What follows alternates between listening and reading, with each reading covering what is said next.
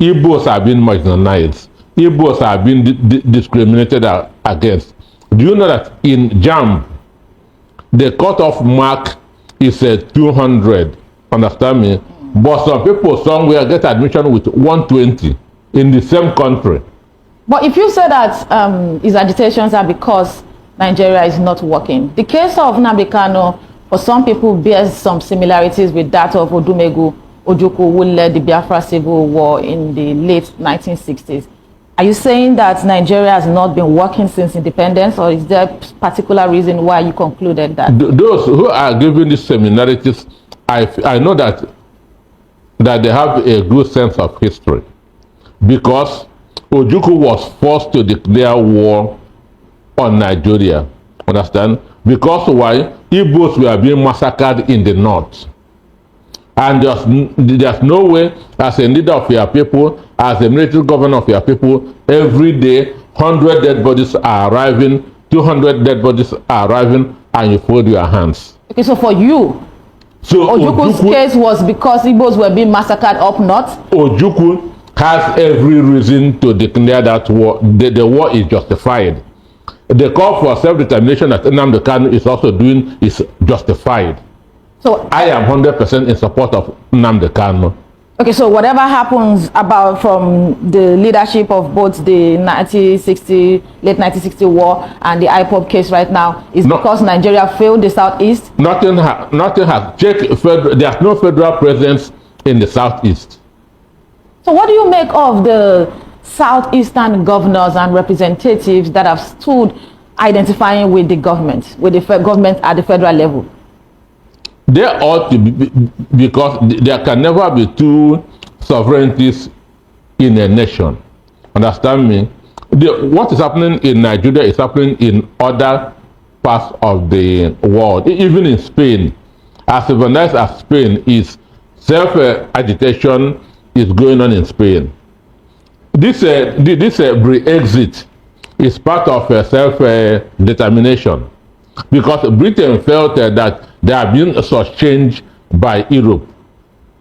So what Nnamdi Kanu is doing is what other people are doing. Even if Nnamdi Kanu is not doing it, another person will have done it. So I want you to link it to the presence of government in that region, because you have said that there's no federal presence in that region. But constantly we've seen governors, we've seen senators, we've seen members of the House of Representatives emerge from that region and have identified with the federal power. So are you saying that they are representing the people, but they do not speak the mind of the people? They are representing themselves in the National Assembly.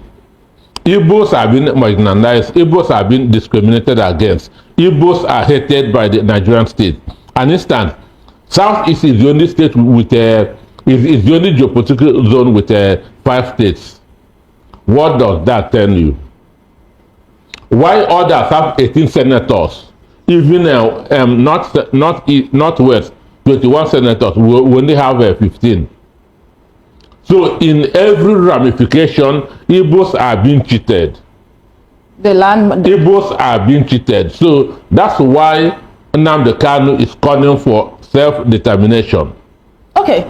How do you then respond to critics who have argued that the agitation spearheaded by Kanu and IPOB has led to the loss of lives, destruction of properties, economic hardship for the very people who are supposed to benefit from the agitation? Because if you get to wake up to even beat your own sisters, brothers, mothers in the name of forcing them to sit at home, who are you then fighting?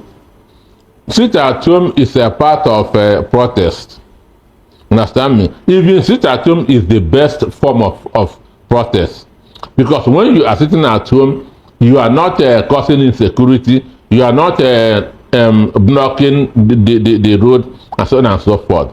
So sit at home is one of the best form of protest anywhere in the world. But people have been punished for not sitting at home. People are being punished. Understand me? People are being punished. That's why I say there must be battle before victory.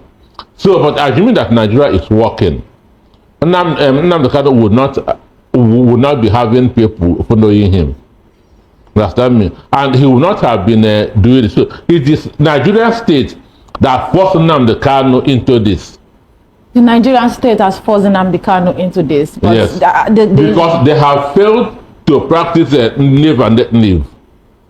If this is the situation, then it still questions your opinion on the position of people that are elected in office in that same region.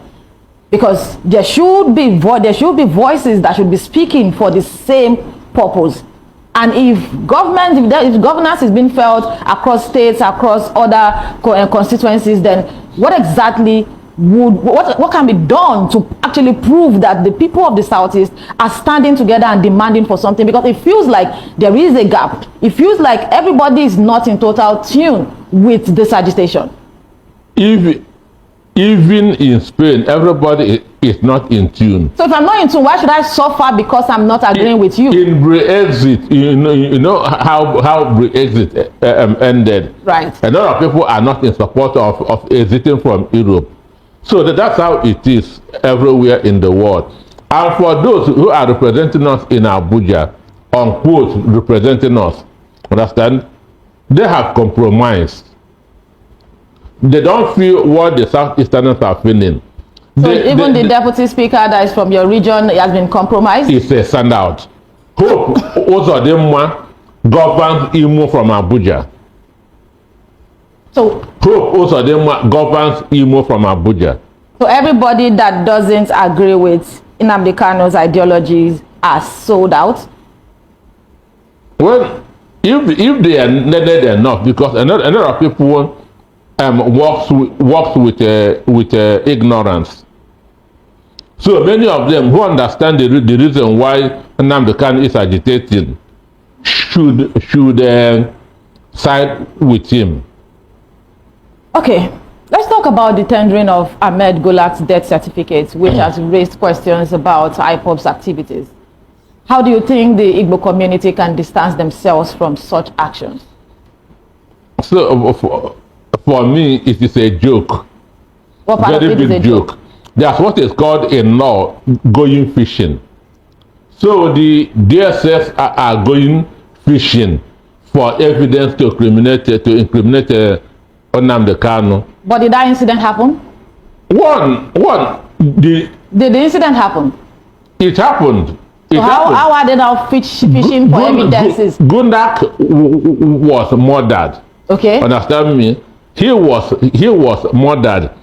Those that murdered him, have they gone into IPOB register and see their names there? But it was said that there was a declaration of a sit at home. Excuse me, those that were murdered, have they gone into IPOB membership card? Is there any ordinary citizens that will have so much guts to come out when such orders were out there to attack someone as prominent as the former president of the Federation? Do you know how Gundak came to Owerri? Tell us about it. He disguised himself. The Gundak that we know is a flamboyant person. But on the day he was murdered, he used cap to cover his head because he did not want people to recognize him. Well, was it a crime to cover himself? Was it a crime for him to use a cap? Can he not just choose to appear whichever way he chooses? Is there a strict rule as to how anybody should appear because of who they are? Did you follow what brought Gundak to Owerri? You were telling us about it, and you just talked about how flamboyant he was and the fact that he had to use a cap to cover his face and he had to disguise. Is there any justification for the killing of any citizen, regardless of who they are or whatever position they were in? Everywhere in the world, everywhere in the country, there are criminal elements. Everywhere in the world, there are kidnappers, there are armed robbers. Understand me? It could have been anybody. Understand? Chike Akuyinde, the husband of the Dora Akuyinde, was killed. Understand me? It could have also been anybody. Let's dwell on this Ahmed Golak. Ahmed Golak sneaked into Owerri and wanted to sneak back. So I'm saying, was it a crime? And those that, so everybody that is killed in Southeast becomes that IPOB is killed him. Is that? There were tensions at the time. So everybody. There were inciting words out there. Inciting words. Yeah, they were inciting words out there. There was the part of the IPOBs even harassing market women that their own sisters and brothers because they did not do the bidding of what was said. We are talking of Ahmed exactly. So you are saying that there have been killings and okay, since you have the information of what brought him to Ogwe and why that is a justification for his killing, tell us about it. Mind you, the APC primary held the same day but in 2 different areas. So how does that connect with the death of Ahmed Gulak? Okay, history is important. Yeah. The faction that produced Hope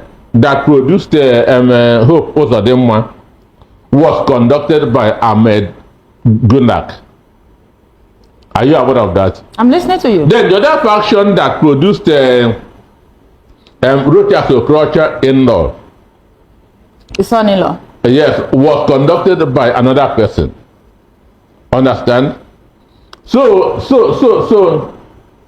after that, Gulak left, and we know the one that INEC supervised.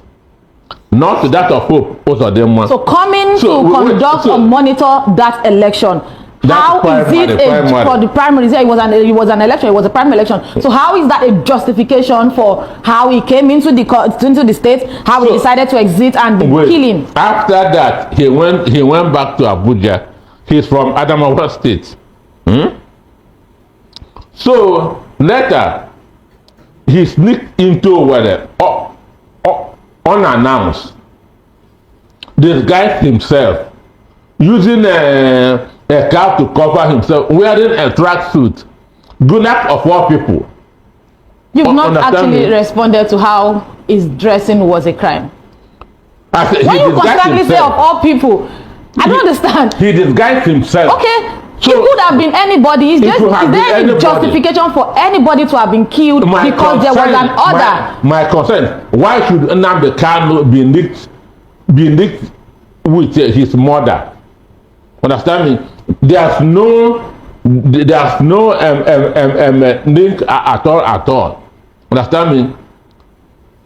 Nnamdi Kanu was not in nowhere. Because they said that his broadcast has actually cited incited the people. I listened to Nnamdi Kanu speeches. How many people have I killed? Are you a member of the IPOB?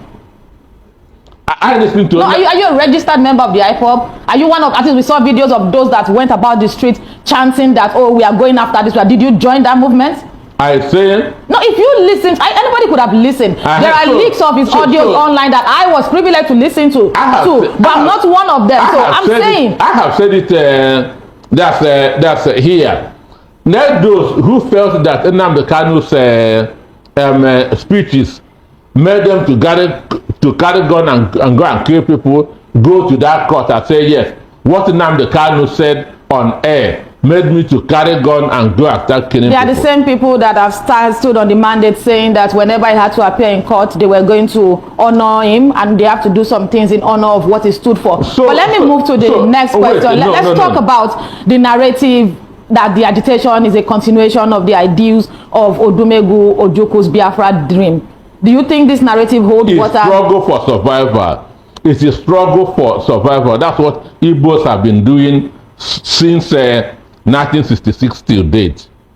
So is it about the Igbos feeling like they're not part of this country, or the country is not fair enough to the region? The country have never been fair to us. But the same region is the region that boasts of being the highest billionaires in terms of successes when it comes to businesses. Self-made. Can anybody be made in a troubled? Can anybody be made under a troubled situation?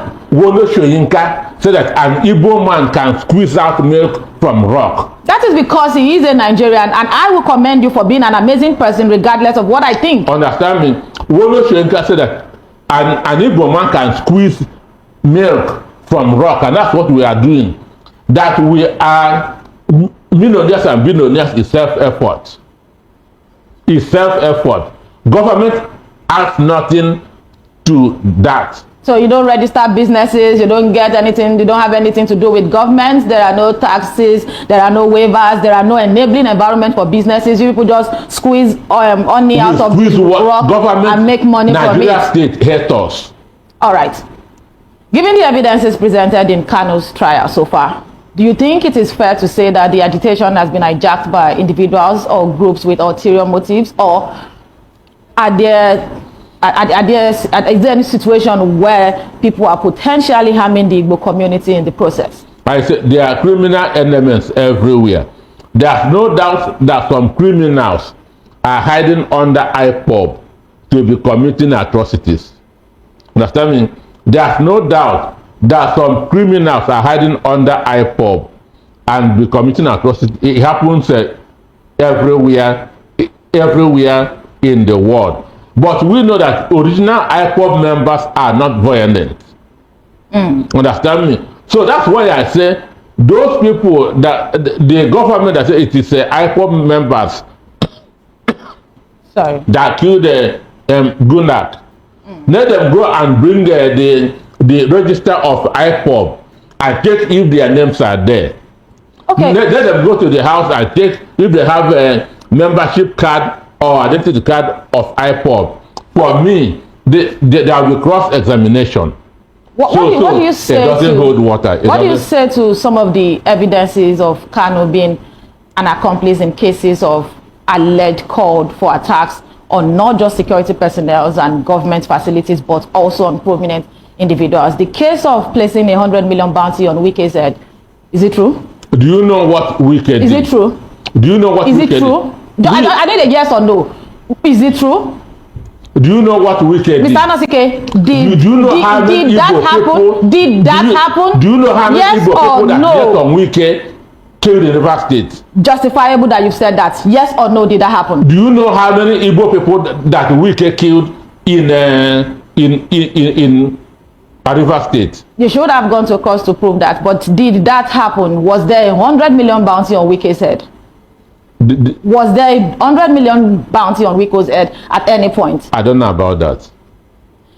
All right, interesting how this conversation. But only a vagabond. Because if you continue, only a foolish Igbo man will be happy with Nyesom Wike.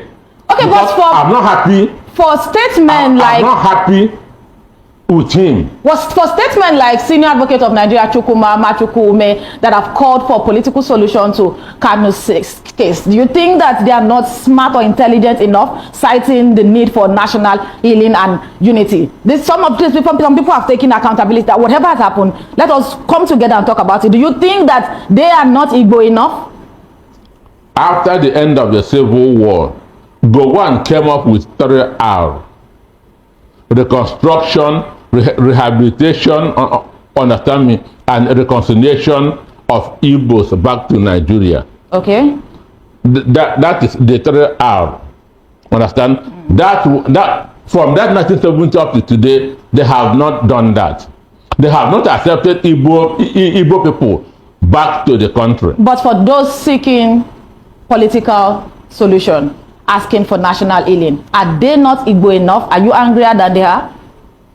Well, some people are fake Igbos.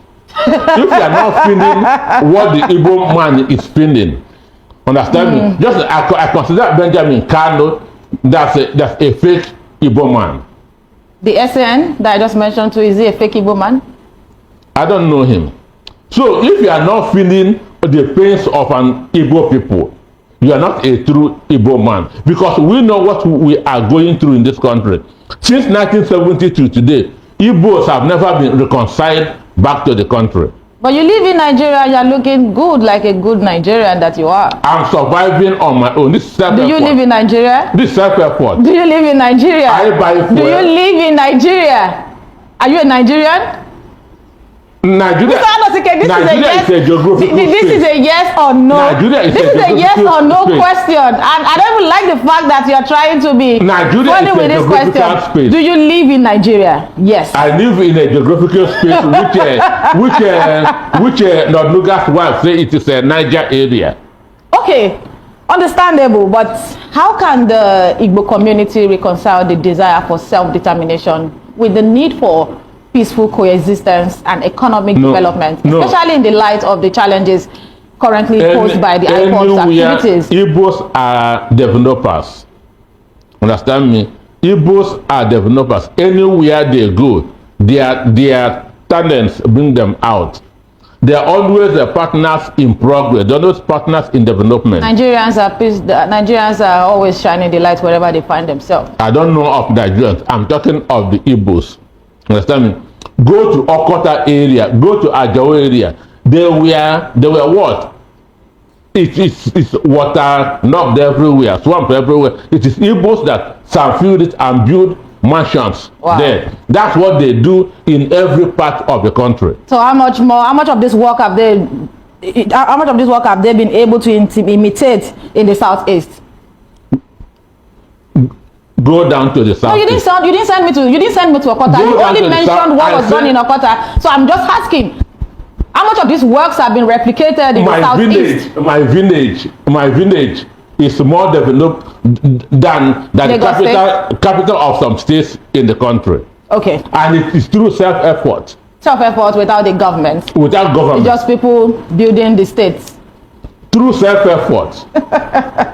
Because we have that can-do spirit. Yeah, we appreciate the can-do spirit, but I'm talking about peace. You've not responded to that question, because we really want to know how the community can reconcile the desire for self-determination with the need for peaceful coexistence. You cannot continue to have a problem with the Nigerian state and cohabit if different regions in Nigeria saying that you build it fine, but at least you are not limited to your regions alone. So whatever opportunity you even had to even settle in whatever region is a plus. So how can what is the things that can be done for peaceful coexistence? I say Gowon wanted to reconcile Southeasterners, Igbos to the you said that earlier, the RRR. The three R's, understand me? And but some forces like Ibrahim Babangida, Mutanda and Mohammed. So that happened because of time. Now that we are here, what can be done? How can reconciliation be done? That marginalization, that discrimination is still happening up to today. That's why other geopolitical zones have 6 states. Igbos have only 5. So if they want a peaceful reconciliation, they should give us 1 state. You have members representing in the National Assembly who could bring this forward. I mean, bills have brought that everybody forward. And they can follow up with it, because when bills get the yay or nay answer, there's always the consideration of bringing it up again in the future. So how much they have brought that up over and over. Oh, now they are your people. They are bringing it up. They are not there all by themselves anymore. They have brought. I mean, those in National Assembly. This agitation has been on. Create 1 state in the southeast to make it 6 like the other ones. Understand me? But up to today, so there are standards, right? You are aware there are standards. They have not shown that willingness to accept Igbo people. So we have accepted our fate. Who has not accepted willingness? Who has not been willing to accept the Igbo people? Nigerian states. So you're saying that they've asked for more states, they've met all the criteria, and the Nigerian state, which your representatives are a part of? Do you know all the criteria for the state? 800,000 people.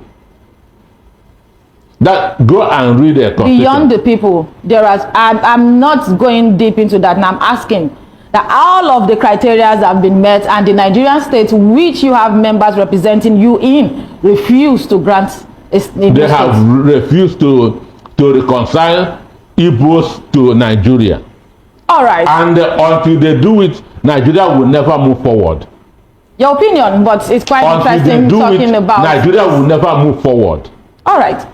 It's interesting talking about this, but in all of this thing, I believe that Nnamdi Kanu's case should be looked into, and particularly the opinion of those that feel like there should be a political solution to this. We should be able to have peace across board, and that's the way to go forward. But we go on a quick break now. When we return, we'll come to talk about the House of Representatives' recent consideration for the bill proposing rotational presidency among Nigeria's 6 geopolitical zones and how it was thrown out. Stay with us.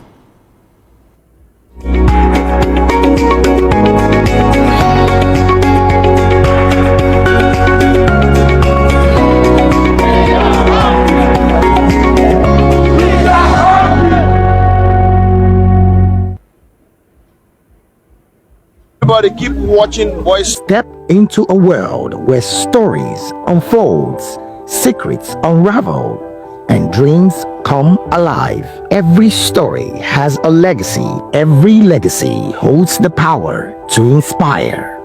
A unique interview series that celebrates the lives of Nigeria's elder statesmen and women through their remarkable journeys in the military, diplomacy, public service, academia, medicine, and beyond.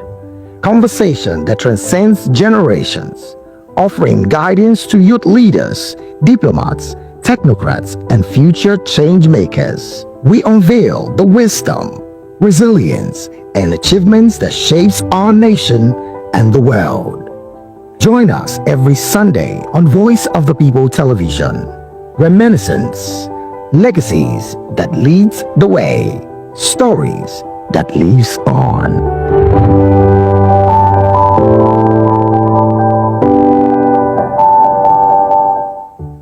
To know the happenings in the maritime sector,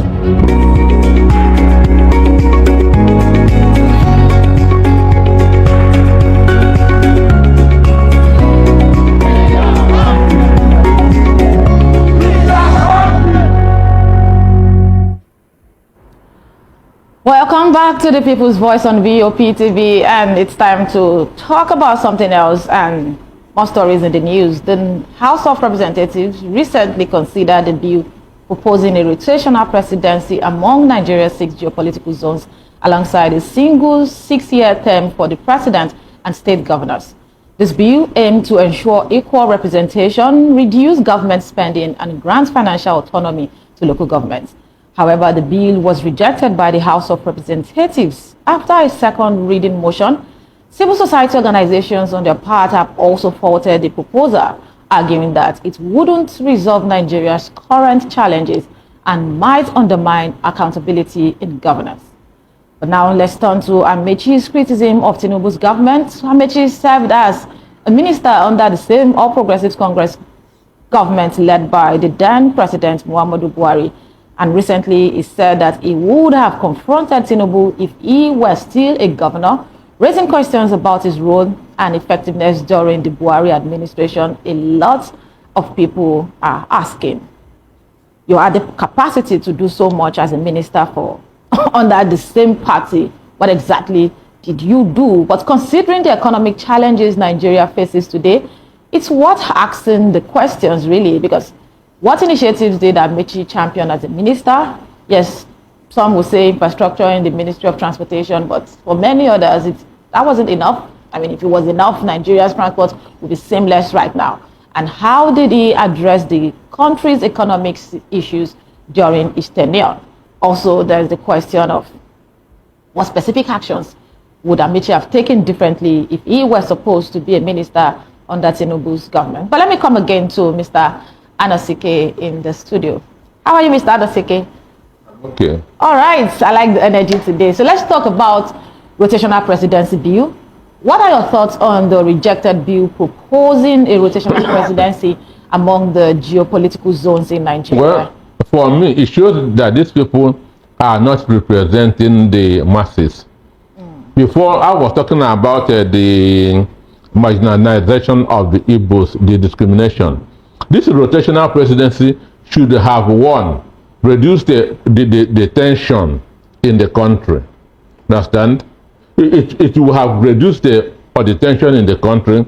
Again, it will have removed the money from politics. I want to start with the tension.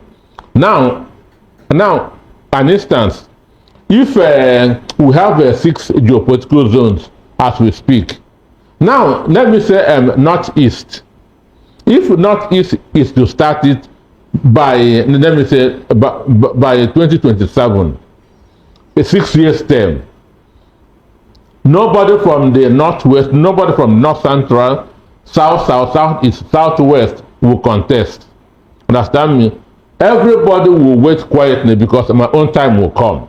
Also, all the political parties will make sure they field candidates from that region. From that area. Okay. Understand me?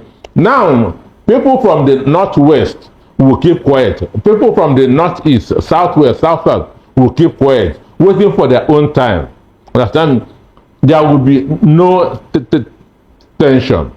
Understand me? Then how it will now reduce money that if it is turn of the northeast, nobody from southeast, southwest will want to contest. But those that because contest, it is not the turn of their own geopolitical zone. but those that contest from that region might still have to spend monies to win the hearts of people from other regions. Or they must spend money. But we're now looking at one particular geopolitical zone, and they want to make sure that their best emerges, that they will bring out their best, because there's going to be competition. Understand? Every geopolitical zone will make sure that they bring their best. Forward, yeah. Understand me? This is our turn. Let us do all we can do, because we just have only 6 years. Understand me? Then it also gives hope to the other geopolitical zones. After this person's tenure, after this, maybe in the next 12 years, it will be our own turn. But do you consider competence in this argument? I say each geopolitical zone, once it's their turn, they will go in and make sure that their best emerges. Understand me? Well, definition of best might be peculiar to people, depending on the perspective you're looking at it from. Mind you, in politics, what we are talking about is the best among the worst. Sure. Understand me? Right. In politics, anywhere, angels, you cannot see angels on a ballot box. Understand me? You cannot see refined people on a ballot box. So what people are looking for, you know that you are not going to vote for the saint. A saint cannot be on a ballot box. So you are looking for the best among the worst. But do you think it's a viable solution for Nigeria's governance challenges if this is implemented? For me, I've told you that it will reduce tension in the country. It will also reduce money in politics. But what about the governance challenges? Because, I mean, politics is different from governance, and a lot of times we see people actively play politics but are not as ready for governance. No, these are two different issues. Winning an election and ruling are not exactly. So the question is, do you think that if we go that way, it's going to solve Nigeria's governance challenges? It will help. It will help, because I say each geopolitical zone will make sure that their best emerges. Understand? And there's going to be competition. Maybe their best evil. Okay,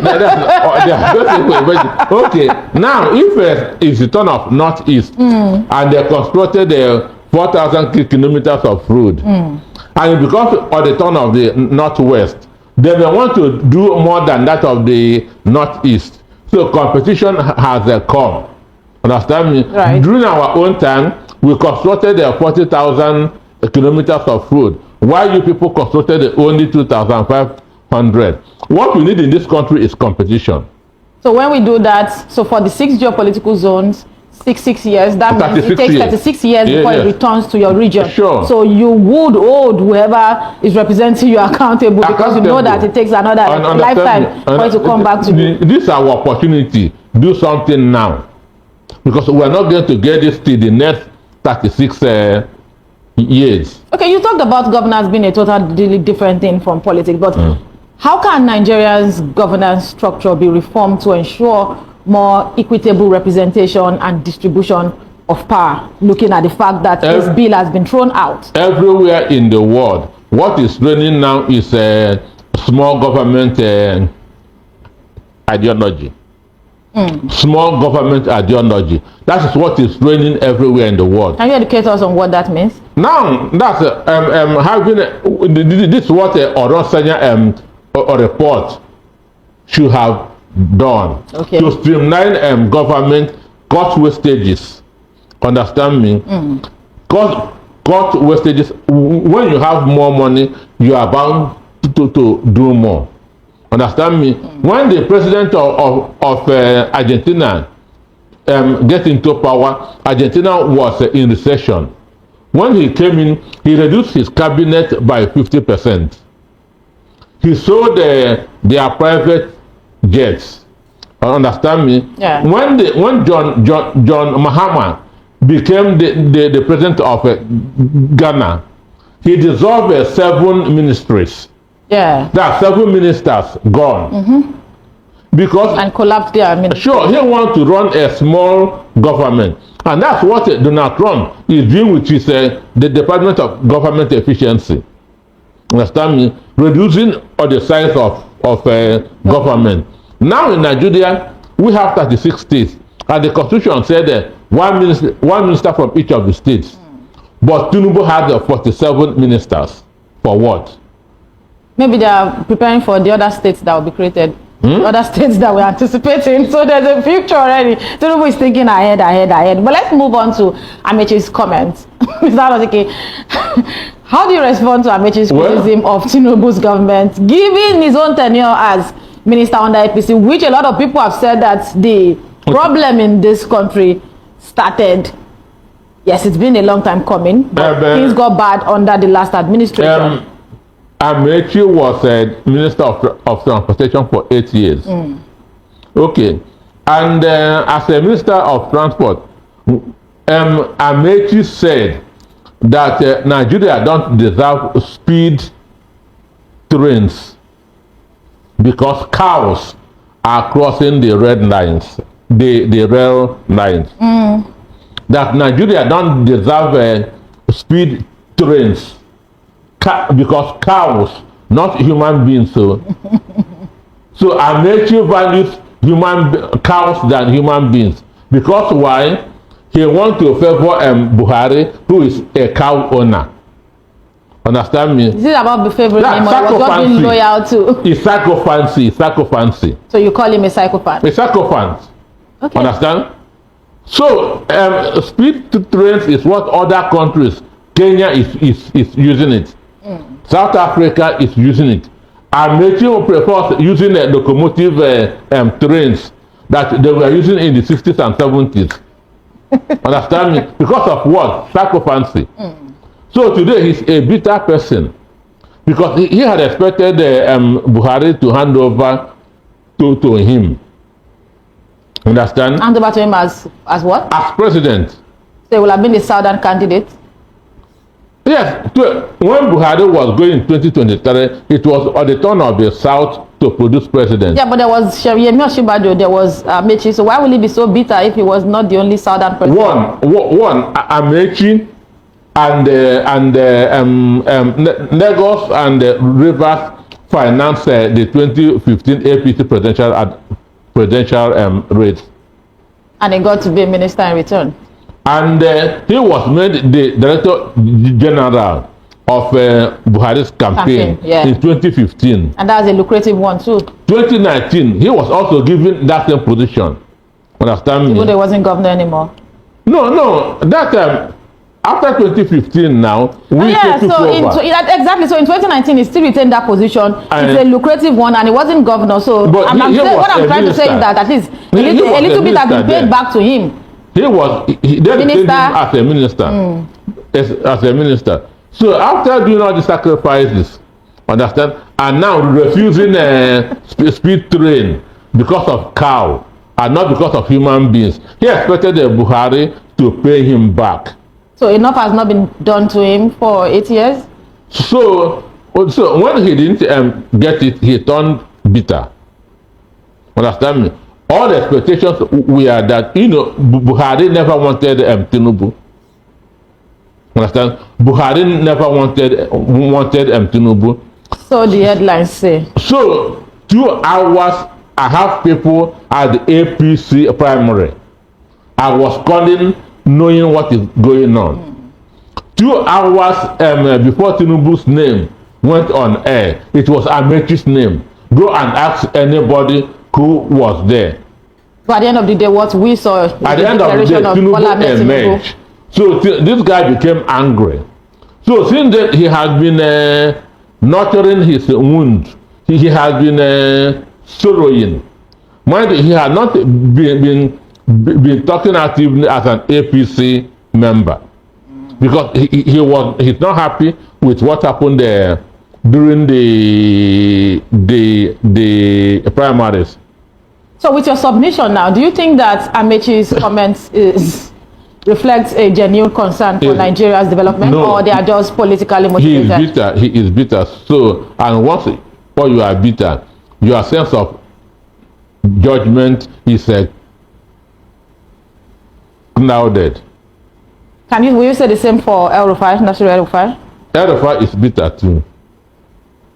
El-Rufai was among those that went to UK to answer questions. Understand me? Well, thank you so much, Mr. So Nigerians complain when things are not benefiting them. All right, thank you so much for sharing your thoughts with us on the People's Voice today. We hope to have more conversations around the state of the nation with you. And to our viewers, thank you so much for staying with us on People's Voice today. We had a thought-provoking discussion on the trial of Nnamdi Kanu, the position of the southeastern Nigeria, the rejected bill on rotational presidency, and Amaechi's criticism of Tinubu's government. Until next time, stay informed, engaged, and let us continue to shape the narrative of our great nation, Nigeria. My name is Adefunke Chaisime, and I strongly believe in this project, Nigeria. Nigeria will be great again. Good afternoon. Fulani are now saying that Yoruba forest is now their irreversible homes. They have now occupied Yoruba land in perpetuity. And I want to let my Yoruba friends understand this. You see, in life, anytime you support evil, evil will come back to haunt you. All of you never knew that IPOB and this Biafra movement was for your liberation. Some of you saw maybe the oil and gas from Biafra land. If they go now, we'll have access to oil and gas. In the process of having your eyes fixated on oil and gas, your forest is gone. Do you understand it?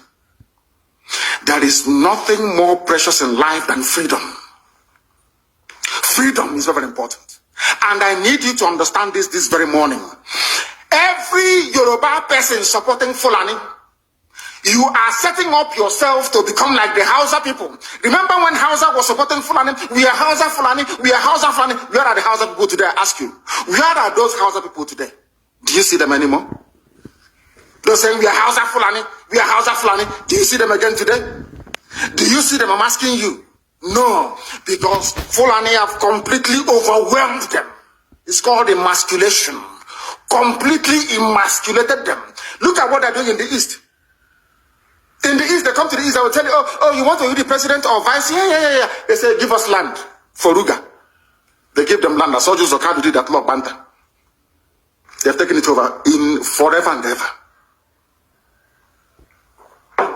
Give us land in your state. Hope of them prove to us that you are stood. Give us land in Olu. Hope of them give them land in Olu. We can go and kill people in Obibo. We can kill for them.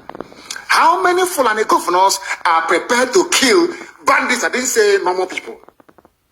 I'm talking about armed, dangerous bandits. How many Fulani governors? Go and read your newspapers, you will see it there. Fulani governors are negotiating with them, giving them arms, giving them vehicles, making sure that their life is no longer a misery. But if they come down to the south, they tell you, give us land for Ruga. Go and kill your people to prove to us that you're one Nigerian.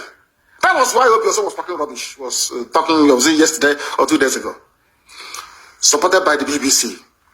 The problem you people have in Nigeria is this. Your journalists, you see people punch newspaper, Tribune, Vanguard, and Nation. They are your second worst enemies. I'm telling you the truth. They can never ever be objective in their reportage. Never, ever, ever. That's why all of you are suffering. But you don't know it. They were the same people used to scuttle the NSAS protest. Of course, some of you went about looking for Indomie in warehouses. Typical black people. Any revolution that is coming now, you must stand very firm. They'll say, oh, you're Igbo. Oh, you're Yoruba. Oh, you're from Europe. Don't join them. It's our turn in 2023. If you do this, you will scuttle our chances of becoming the president in 2023. Ask yourself, all of them that have been president from time immemorial, what benefit has it brought to you as a human being? Absolutely nothing. Look at them now. How they have now descended on Yoruba people, asking them to concede. Give us your forest. We must graze. We must do this. We must do that. And slowly, before your eyes, they are giving in. They are capitulating. They are allowing them to. If you don't give it to us, Tinubu will not be president in 2023. Tinubu won't be the president. That's what I'm saying to you. And foolishly, you will agree and hand over your land to them. And once they take your land over from you, look at Hausa. Is there any Hausa governor today? Is there any Hausa emir? Is there land though? Katsina is Hausa land. Kanu is Hausa land. Sokoto is Hausa land. The Hausa people own it, indigenous to those areas. I'm asking you this question. Is there any Hausa man who's an emir in the north? The answer is no. Something is going to happen to you.